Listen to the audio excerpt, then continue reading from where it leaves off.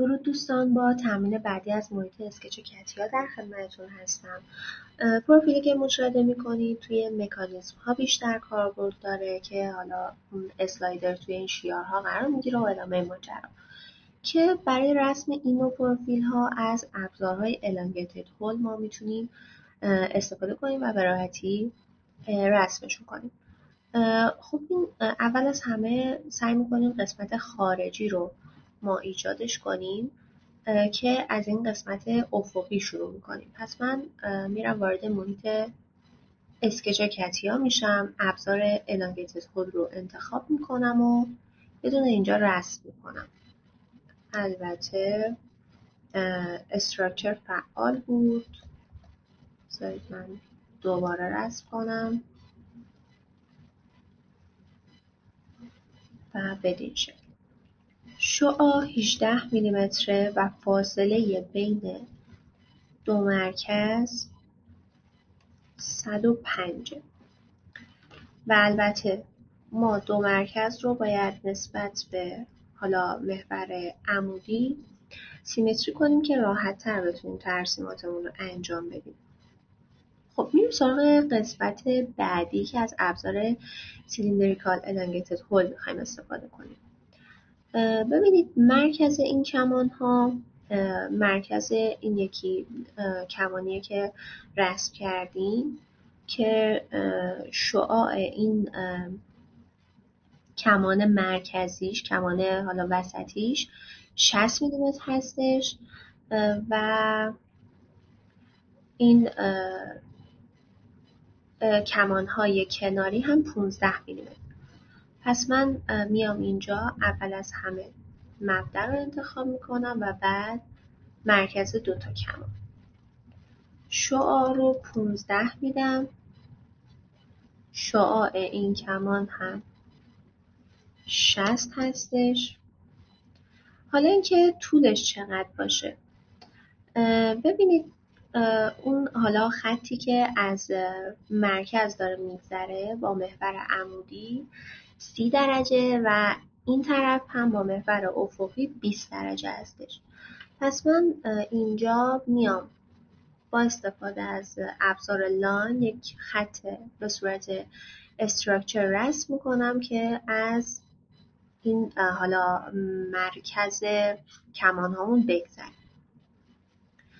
و ببینید من با این میتونم این فاصله رو مشخص کنم. اگر زاویه‌اش رو با محور عمودی بخوایم اینجوری در نظر بگیریم، اینجا همون 30 درجه میشه و دوباره همین کار رو من میام برای این یکی انجام میدم و زاویه بین این دوتا رو 20 درجه میدم. خب دقیقا همون طوری که میخواستیم رسم شد. میریم سراغ ادامه ماجرا. این قسمت یک دایره به شعاع 27، این قسمت هم یک دایره به شعاع 9 مماس میکنیم و بعد کلا اون قسمت هایی که نمیخوایم رو میایم حذفشون میکنیم.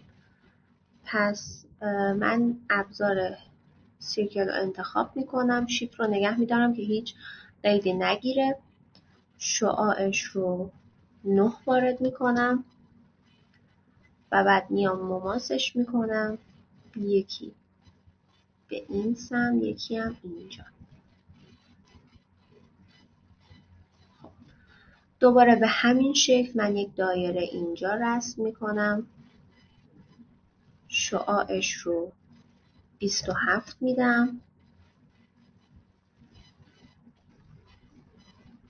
و مماسش میکنم به این دو طرف. خب حالا اون قسمت هایی که نمیخوایم رو میایم با استفاده از ابزار کویک تریم حذفشون میکنیم.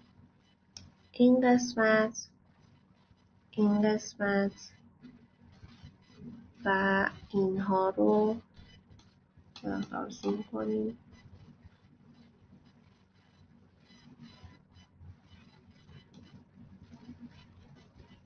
این قسمت ها رو ما تریم میکنیم. خب حالا ما تریم کردیم، یک سری قیدها حذف شدن و بایستی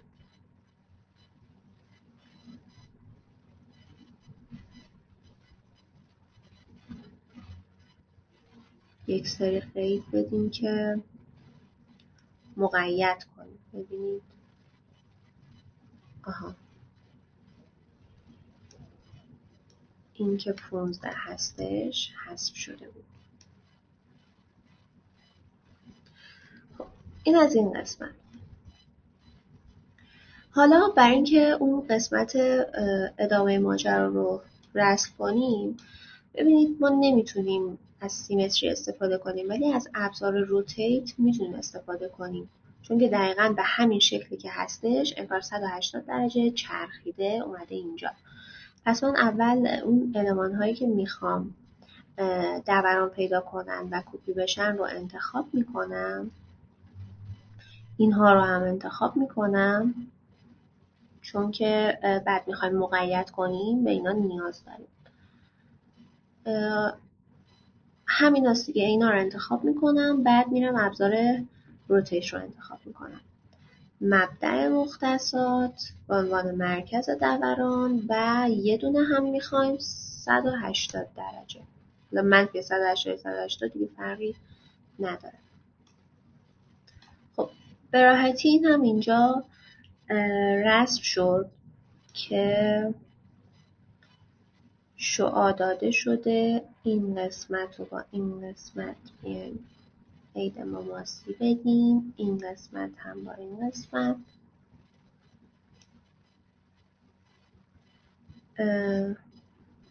ببینیم کجا مشکل داره. آها،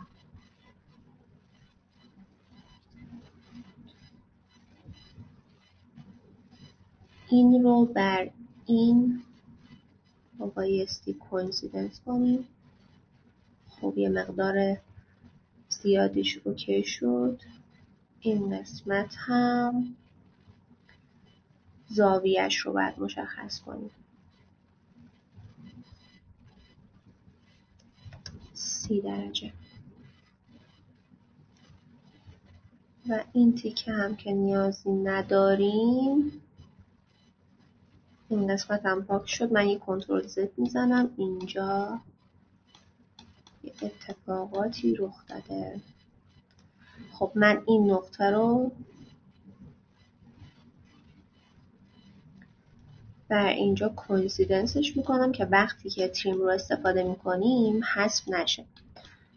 و حالا ابزار تریم رو که استفاده میکنیم یه قسمت اضافه هم اینجا داریم. اینجا قسمت اضافه نداشتیم، نه.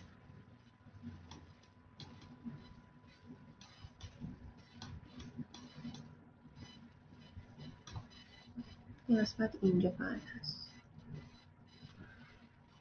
خب کاملا هم مقید هستش. فقط کافیه که ما بیایم اون شیارها رو رسم کنیم که شیارها هم دوباره به مرکز همین دایره و شعاع 6 هستش. پس من دوباره این ابزار رو انتخاب میکنم.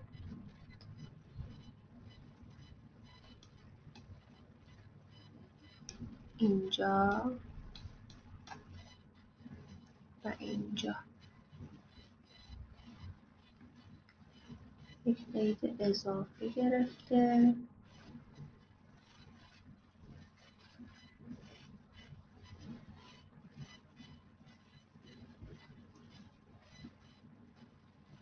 شعاع این قسمت گفتیم 6.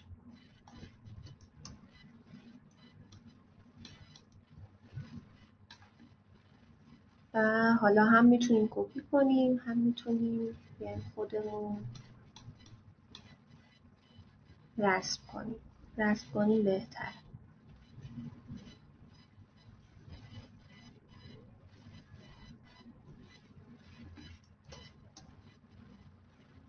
یه قیدی نداره.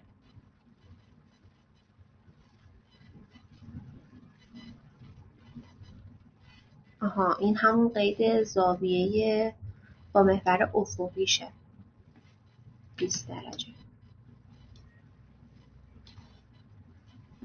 خب که اگر بیایم یه مقدار این قیدهایی که ایجاد کردیم رو هایدشون کنیم که بهتر پروفیل رو ببینیم.